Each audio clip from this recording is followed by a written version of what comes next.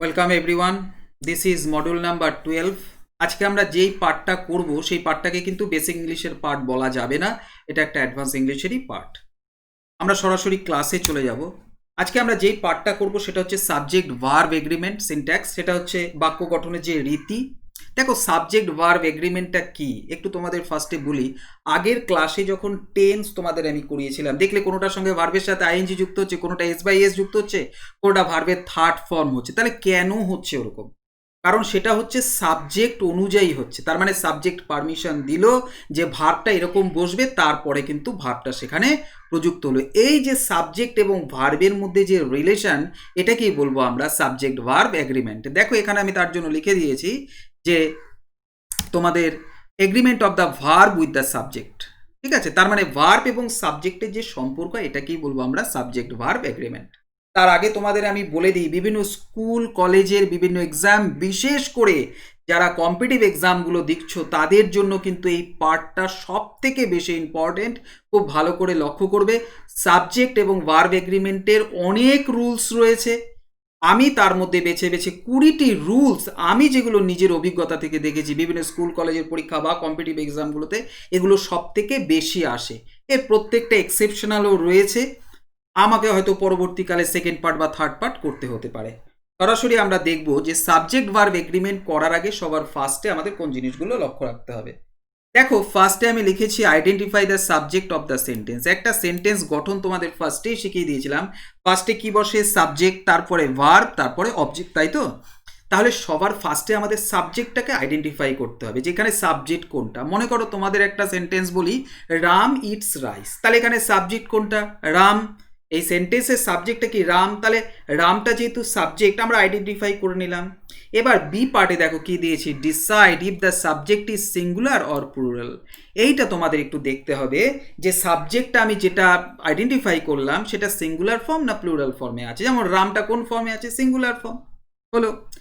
এইবার আমাদের দেখতে হবে decide which verb form will match with the subject. তারপরে আমাদের বিচার করতে হবে যে সাবজেক্ট অনুযায়ী ভার্বের কোন ফর্মটা সেখানে ব্যবহৃত হবে। এই যে দুইয়ের মধ্যে সম্পর্ক, এটাকেই বলবো আমরা সাবজেক্ট ভার্ব এগ্রিমেন্ট। ঠিক আছে, আমরা সরাসরি এবার বিভিন্ন রুলসগুলোতে চলে আসব। দেখো ফার্স্ট পার্টটা এটা সবারই জানা যে a verb must agree with its subjects in number and persons. তার মানে একটা সেন্টেন্স যখন থাকে তার নাম্বার এবং পার্সনস অনুযায়ী কিন্তু ভার্বটা ইউজ হয়। যেমন দেখো তোমাদের এখানে একটা এক্সাম্পল দিয়েছি, আই অ্যাম ইল। এখানে আই আর ইল তো হলো না, তার মানে আইটা হচ্ছে কি এখানে ফার্স্ট পার্সন এবং আইয়ের সঙ্গে সবসময় অ্যাম হয়। তাহলে কার জন্য হলো? আইটা সাবজেক্ট, সাবজেক্ট অনুযায়ী হলো ভার্বটা। যেমন দে আর সেলফিশ, তাহলে দেটা কি? থার্ড পার্সন, বাট এটা সিঙ্গুলার ফর্ম না, প্লুরাল ফর্ম। তাই আমরা এখানে কি লিখলাম? আর আরটা কেন হলো? দে এই সাবজেক্ট অনুযায়ী হলো। তাহলে এই দুইয়ের মধ্যে একটা সম্পর্ক আছে, তাই এটা হচ্ছে সাবজেক্ট ভার্ব এগ্রিমেন্ট। আসছি পরের পার্টে। এটাও সকলেই জানো, if two subjects are joined by and. আমরা শিখেছি যে দুটো শব্দকে যদি অ্যান্ড দ্বারা যদি যুক্ত করে দিই তাহলে ভার্বটা সবসময় প্লুরাল হয়। যেমন দেখো আমি লিখলাম, আমি ইচ্ছা করে এক্সাম্পলটা দিয়েছি। দেখো Ram and I are friends দিয়েছি। এখানে একটু লক্ষ্য করো, এখানে যদি পট করে কেউ দেখে রাম অ্যান্ড আই, এখানে লিখে কি দেবে? অ্যাম। কিন্তু এটা তোমাদের বুঝতে হবে, রাম অ্যান্ড আই, এখানে কিন্তু রাম এবং আমি দুজনকে বোঝানো হয়েছে। তাহলে এটা ফর্মটা হয়ে যাবে, ভার্বটা হয়ে যাবে প্লুরাল। তাই এখানে Ram and I are friends. দেখবে এরর কারেকশনের সময় বিশেষ করে কম্পিটিটিভ এক্সামগুলোতে খুবই থাকে, সবাই জানে বোঝে, তারপরেও কিন্তু ভুল করে আসে। এগুলো একটু জেনে রাখো। পরের পার্টে 3 নম্বর পার্টে আসছি, the verb is singular if two subjects added by and refer to the same person. The verb is singular, এই যে ভার্বটা সিঙ্গুলার হবে, অ্যান্ড দ্বারা যুক্ত করলেও কিন্তু ভার্বটা সিঙ্গুলার হয়। কখন?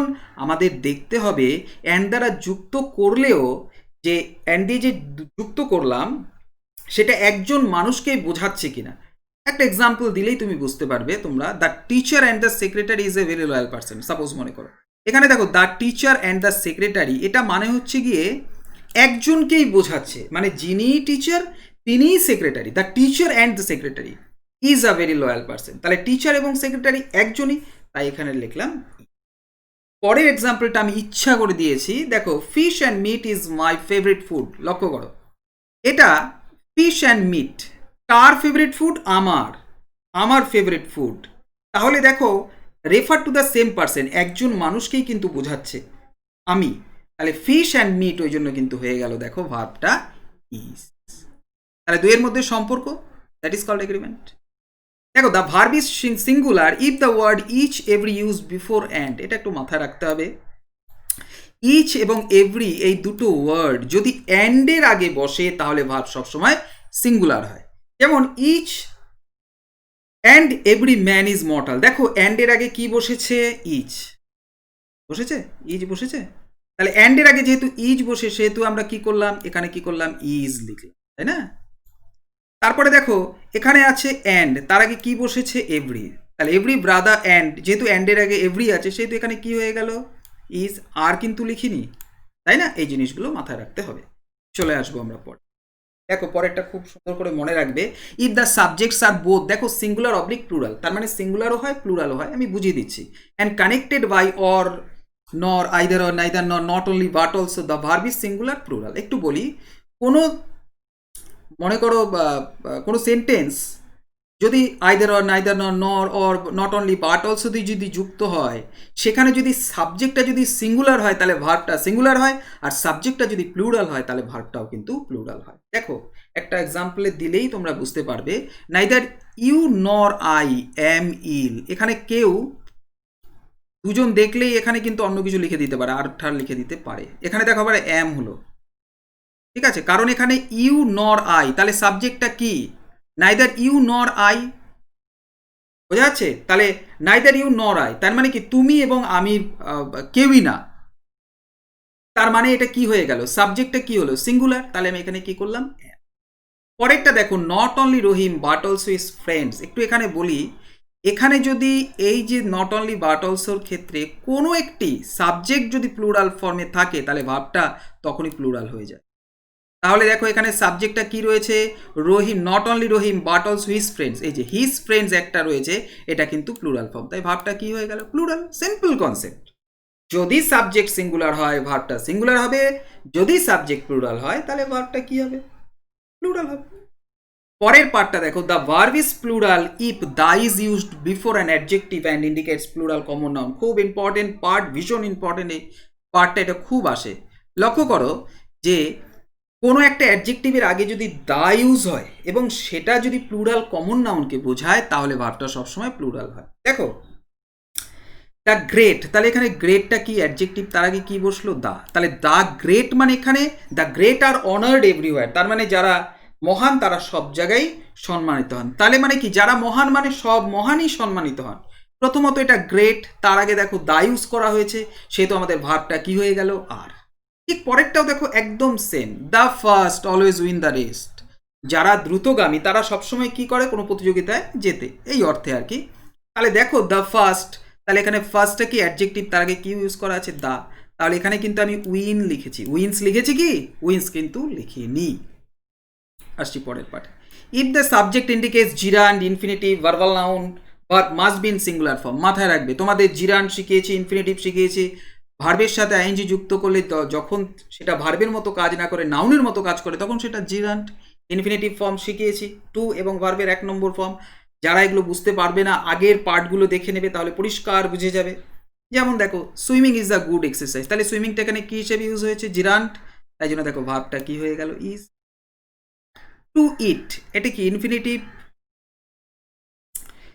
তাহলে এখানে কি হয়ে গেল? দেখো ভার্বটা ইজ। তাহলে আমরা শিখলাম এটা, জিরান্ড, ইনফিনিটিভ, ভার্বাল নাউন ইত্যাদি থাকলে এই ভার্বটা কিন্তু সবসময় সিঙ্গুলার হয়।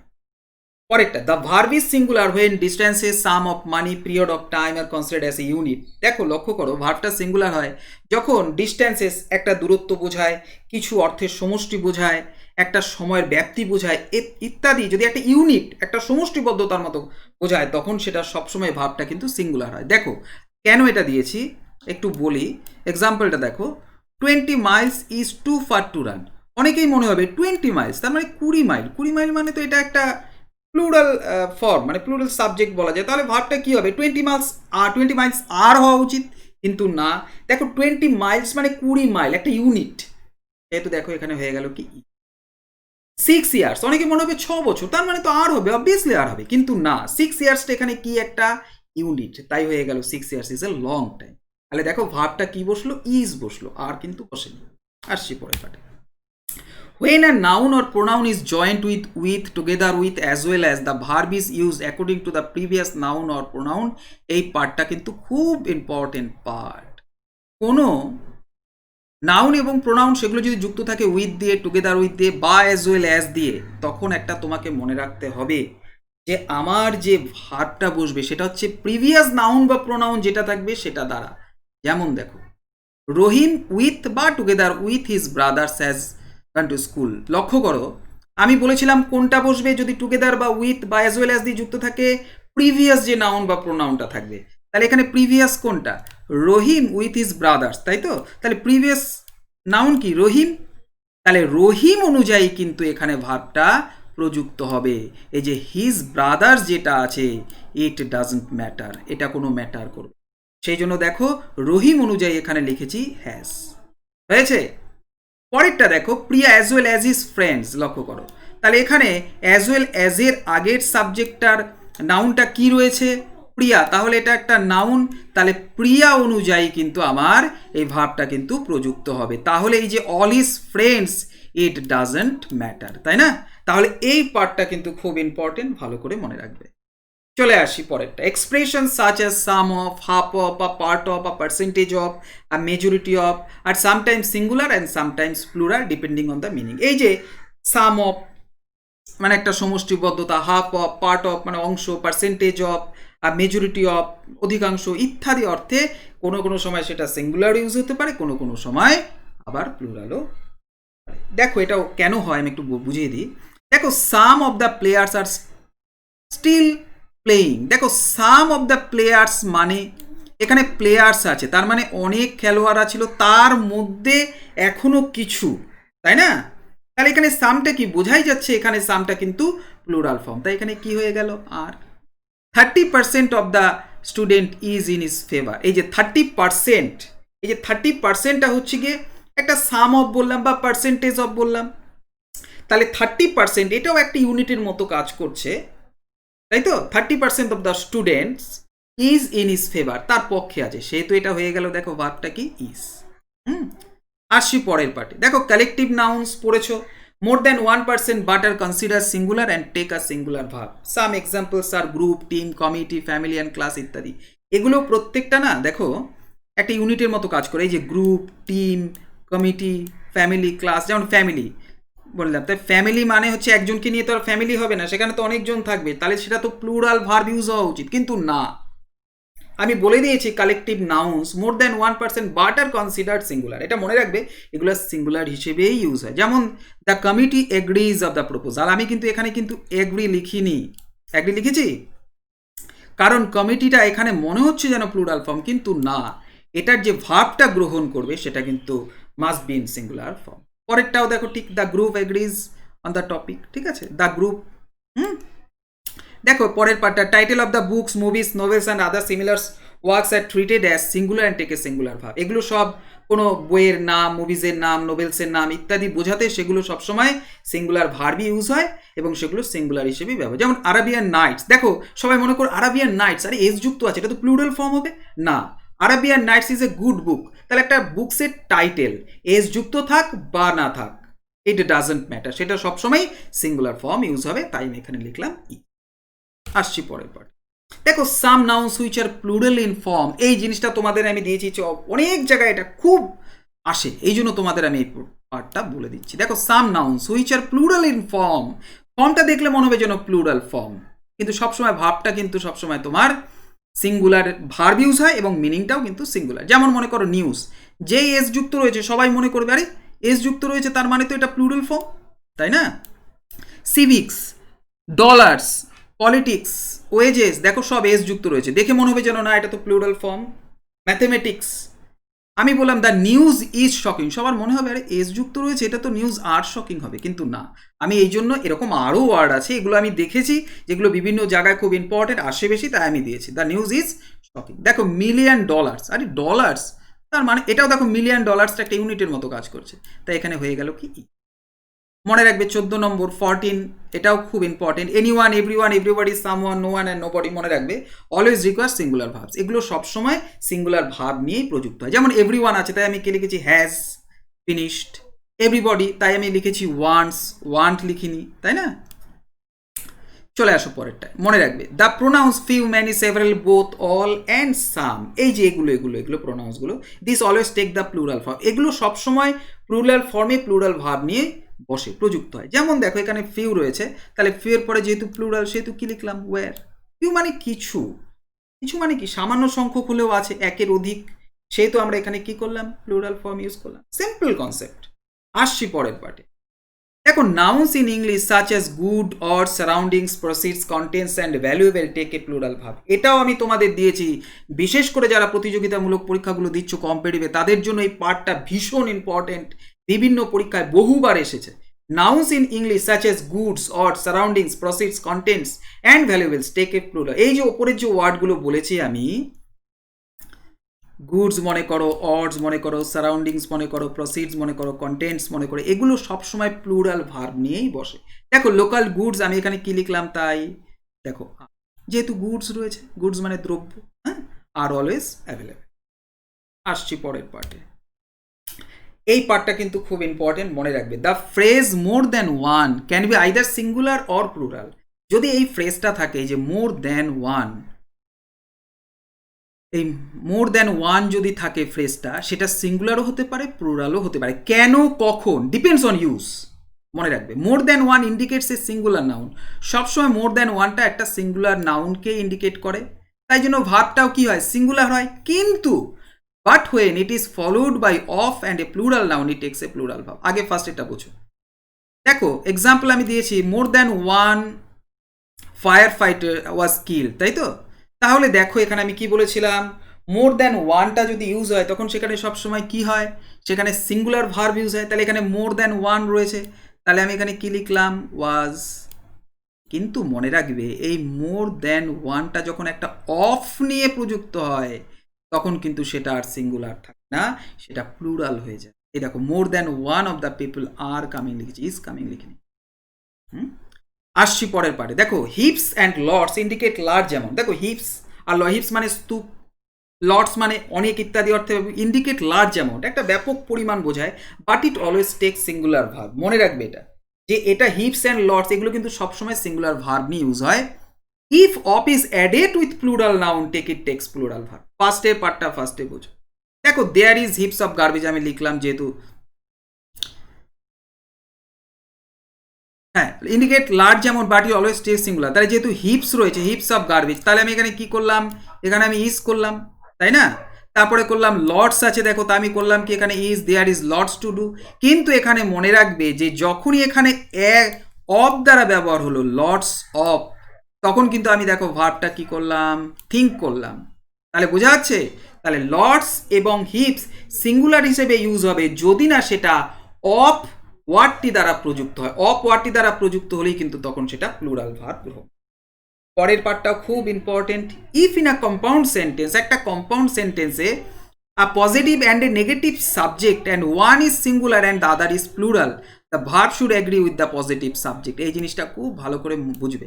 একটা মনে করো কম্পাউন্ড সেন্টেন্স, সেখানে দুটো কম্পাউন্ড সেন্টেন্স মানে দুটো সিম্পল সেন্টেন্স সেখানে থাকে, সেই দুটো সিম্পল সেন্টেন্সের মনে করো একটা পজিটিভ রয়েছে একটা নেগেটিভ রয়েছে, এবং একটা রয়েছে সিঙ্গুলারে আরেকটা রয়েছে প্লুরালে। তাহলে তোমাদের মনে রাখতে হবে যে এই যে ভার্বটা সবসময় যেটা পজিটিভ বোঝাবে সেই ক্ষেত্রে কিন্তু ব্যবহার হবে, এটা একটু মনে রাখতে হবে। যেমন একটু মনে করো it is not the club members, একটা এক্সাম্পল দিলে ব্যাপারটা ক্লিয়ার হয়ে যাবে তোমাদের ক্ষেত্রে। It is not the club members but the secretary who decides the matter. লক্ষ্য করো ইট ইজ নট দ্য ক্লাবটা কি নেগেটিভ, তাই তো? তারপরে দ্য সেক্রেটারি, এই যে তাহলে আমি বললাম যে কম্পাউন্ড সেন্টেন্সের একটা সিঙ্গুলার থাকতে পারে একটা প্লুরাল থাকতে পারে। দেখো এখানে ক্লাব মেম্বার্সটা কি প্লুরাল, কিন্তু দ্য সেক্রেটারিটা কি, এটা কিন্তু সিঙ্গুলার ফর্ম। তাহলে এই যে নট যুক্ত রয়েছে, তাহলে আমরা বলেছিলাম যে পজিটিভ সাবজেক্ট যেটা থাকবে সেটা অনুযায়ী কিন্তু ভার্ব হবে। তাহলে এখানে নট দ্য ক্লাব মেম্বার্সটা কি নেগেটিভ, বাট দ্য সেক্রেটারিটা কি পজিটিভ, তাই জন্য দেখো এখানে ভার্বটা কিন্তু ডিসাইডস লিখেছে।